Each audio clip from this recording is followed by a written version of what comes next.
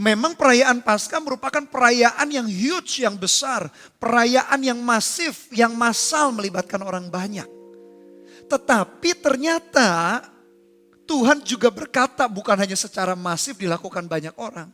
Bahkan setiap keluarga demi keluarga, tiap rumah tangga perlu melakukan itu.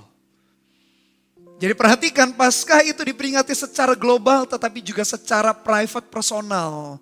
Keluarga demi keluarga. Penebusan Yesus, kematian Yesus 2000 tahun lalu memang untuk seluruh umat manusia. Memang dia tidak pandang bulu. Tidak pandang suku dan ras, mana yang bisa menerima anugerah, mana yang tidak boleh. Semuanya boleh menerima anugerah kematian Yesus. Begitu masif, begitu dalam jumlah besar. Tapi kematian Yesus juga berbicara mengenai personal, begitu private. Keluarga demi keluarga. Hidup kita satu persatu demi satu persatu. Dia peduli dengan kita. Dia mengasihi kita. Dia mau mati bukan hanya untuk banyak orang, tapi juga untuk satu persatu manusia. Dia mengenal nama kita, dia mengenal masa lalu kita, dia mengenal siapa kita, dia kenal karakter, kepribadian, kelemahan, kekuatan. Untuk kita satu-satu dia mati. Dan diperingati harus tiap-tiap keluarga, tiap-tiap rumah tangga. Ayat yang indah dan biarkan itu menjadi doa kita. Ketika kita ingat ada satu orang diselamatkan, kata firman Tuhan, maka seisi keluarganya diselamatkan. Bukan berarti otomatis kalau kita kenal Tuhan Yesus, lalu otomatis semuanya, opa, oma, ayah, ibu, orang tua, anak kita otomatis diselamatkan. Bukan, tapi kita dipakai Tuhan untuk menjadi pendoa syafaat, untuk membawa kabar Injil itu bagi keluarga kita. Dan bukankah sesuatu yang indah ketika satu keluarga, orang tua dengan anak, semuanya datang beribadah kepada Tuhan. Semuanya mengenal Tuhan Yesus. Kalau ada di antara kita, hari ini pasangan kita belum kenal Tuhan. Baru kita yang sungguh-sungguh ikut Tuhan. Jangan bersungut-sungut, jangan putus asa. Doakan pasangan kita. Kalau hari ini, ketika kita menjadi orang tua, anak-anak kita kemudian tumbuh besar dan mereka punya pergaulan sendiri. Mereka juga gak sungguh-sungguh ikut Tuhan. Jangan putus asa. Bawa anak kita di dalam doa syafaat kita. Kalau kita, sebaliknya kita anak punya orang tua yang belum diselamatkan. Sebelum satu saat maut menjemput kita atau siapapun itu, sebelum kita menghembuskan nafas terakhir, doakan orang tua kita juga.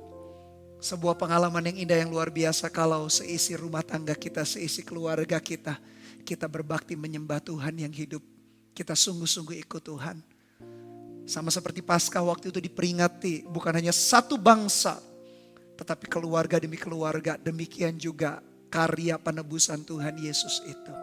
Setiap keluarga, saya berdoa bagi Anda yang bergumul, salah satu anggota keluarga atau mungkin lebih dari satu yang belum diselamatkan. Kita sepakat bersama-sama. Saya berdoa bagi Anda dan kita berdoa bersama-sama. Lihat satu saat Tuhan menjamah, kasih karunia-Nya akan ada dalam hidup mereka. Satu saat mereka dengan lidah mereka mengaku, dengan lutut mereka bertelut, Yesus Kristus adalah Tuhan dan Raja dan Juru Selamat. Kita aminkan itu. Kita akan melihat itu, pegang janji Tuhan, jangan putus asa. Mungkin Anda berkata, Pastor Bernard, saya sudah berdoa bertahun-tahun, saya doakan pasangan saya. Masih belum juga mau ke gereja, masih belum mau sungguh-sungguh ikut Tuhan. Jangan putus asa. Yesus mengajar mengenai doa, doa harus tekun. Gak boleh jemu-jemu di dalam berdoa. Meskipun pokok doanya itu saja. Maksudnya anggota keluarga kita belum diselamatkan, kita setiap hari doanya itu aja. Tuhan gak pernah bosan dengan doa yang tekun, yang dinaikkan dengan segenap hati. Bahkan doa orang benar, kata firman Tuhan dengan yakin, bila dengan yakin didoakan sangat besar kuasanya. Jadi Alkitab kita begitu konsisten. Alkitab kita menunjukkan bahwa apa yang dicatat bukanlah hanya sekedar cerita dongeng, isapan jempol belaka. Tapi betul-betul kebenaran. Dan dari situ kita bisa melihat, wow, karya Tuhan begitu luar biasa. Bahkan dalam Yohanes 1 ayat 29 dikatakan demikian. Pada keesokan harinya Yohanes Pembaptis melihat Yesus datang kepadanya dan ia berkata, lihatlah anak domba Allah yang menghapus dosa dunia. Yesus itulah anak domba Allah yang sempurna. Di zaman ribuan tahun lalu mereka masih pakai hewan binatang. Karena Yesus belum turun ke atas muka bumi, belum berinkarnasi. Tapi merupakan gambaran, lihatlah ini anak domba Allah yang menghapus dosa dunia, kata Yohanes Pembaptis. Dalam kitab 1 Petrus 1 ayat 18-19 pun dikatakan demikian. Sebab kamu tahu bahwa kamu telah ditebus dari cara hidupmu yang sia-sia. Yang kamu warisi dari nenek moyangmu itu bukan dengan barang yang fana. Bukan pula dengan perak atau emas. Melainkan dengan darah yang mahal. Yaitu darah Kristus yang sama seperti darah anak domba yang tak bernoda dan tak bercacat. Kembali apa yang terjadi di ribuan tahun lalu.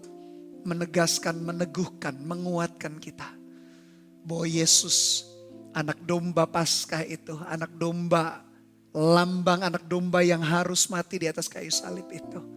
Dia menebus dosa kita semua.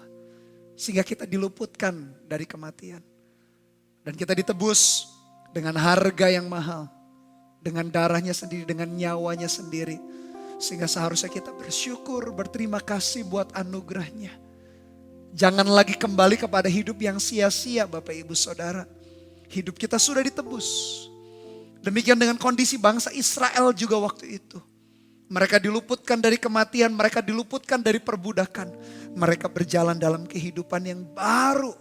Perjalanan bersama dengan Tuhan, bahkan mereka berjalan menuju tanah perjanjian. Tanah Kanaan, kita tahu ceritanya itu, dan akhirnya hingga satu masa mereka memasuki tanah perjanjian itu. Tapi dimulai dengan anak domba yang disembelih. Demikian dalam perjalanan hidup kita. Banyak janji Tuhan menantikan kita di depan. Banyak anugerah Tuhan menunggu kita di hari-hari mendatang. Jangan sia-siakan pengorbanannya. Berjalan dengan hati yang semakin kuat. Berjalan dengan hati yang semakin limpah. Dengan ucapan syukur. Karena anugerah dan kebaikannya. Tetapi namanya memasuki kehidupan yang baru. Gak boleh berlambat-lambat Bapak Ibu Saudara.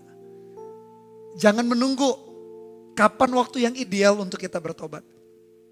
Kapan waktu yang ideal untuk sungguh-sungguh ikut Tuhan. Kapan waktu yang ideal untuk melayani. Melayani keluarga kita, melayani pasangan kita, melayani anak-anak kita, melayani jiwa-jiwa yang terhilang. Jangan tunggu waktu yang sempurna. Gak akan pernah ada waktu yang sempurna. Yang harus kita ambil sikapnya adalah taat dan meresponi dengan segera Bapak Ibu Saudara. Jangan berlambat-lambat. Bahkan menurut penelitian pun, orang lahir baru bertobat itu sebelum usia 30 tahun, bahkan 90% dari mereka berusia sebelum 19 tahun. Jangan berlambat-lambat kalau hari ini Bapak Ibu Saudara tidak muda lagi, tidak lagi berumur 30 tahun, tidak lagi under 30. Di atas 30 tahun. Tapi Anda menyadari Anda belum sungguh-sungguh. Dan Anda mendengar firman hari ini. Inilah waktu yang terbaik untuk Anda sungguh-sungguh. Jangan menunda-nunda. Kalau Anda masih muda, saudara-saudari masih muda. Merasa masih di bawah 30 tahun. Lalu Anda nanti menunggu, nanti ajalah. Jangan juga keraskan hati kita. Belum tentu kita bertobat. Belum tentu kita selembut hari ini kita mendengar firman-Nya. Di hari-hari mendatang mungkin hati kita makin keras, pengalaman kehidupan mungkin Anda merasa pengalaman yang pahit sehingga membuat makin kecewa dengan Tuhan. Roti tidak diizinkan, roti yang beragi, supaya mereka bisa segera olah adonan tepung roti itu sehingga menjadi roti dan bisa langsung dimakan. Berbicara mengenai ketaatan yang segera. Jangan tunda-tunda, berjalan dalam anugerah Tuhan. Kalau mau sungguh-sungguh, sungguh-sungguhlah hari ini. Kalau mau sungguh-sungguh, terima Tuhan hari ini. Tinggalkan kehidupan kita yang lama. Atau di antara kita sudah terima Tuhan Yesus, tetapi kita masih suka tinggal di dalam dosa. Entah perselingkuhan, penipuan, amarah, benci, pornografi, dan lain sebagainya. Buru-buru tinggalkan dosa itu. Buru-buru berjalan di dalam ketaatan. Kalau mau taat harus segera, jangan tunda-tunda. Karena di balik itu anugerah Tuhan menunggu, menantikan kita untuk berjalan di dalam kasih karunia, nanti perjalanan kasih karunia demi kasih karunia.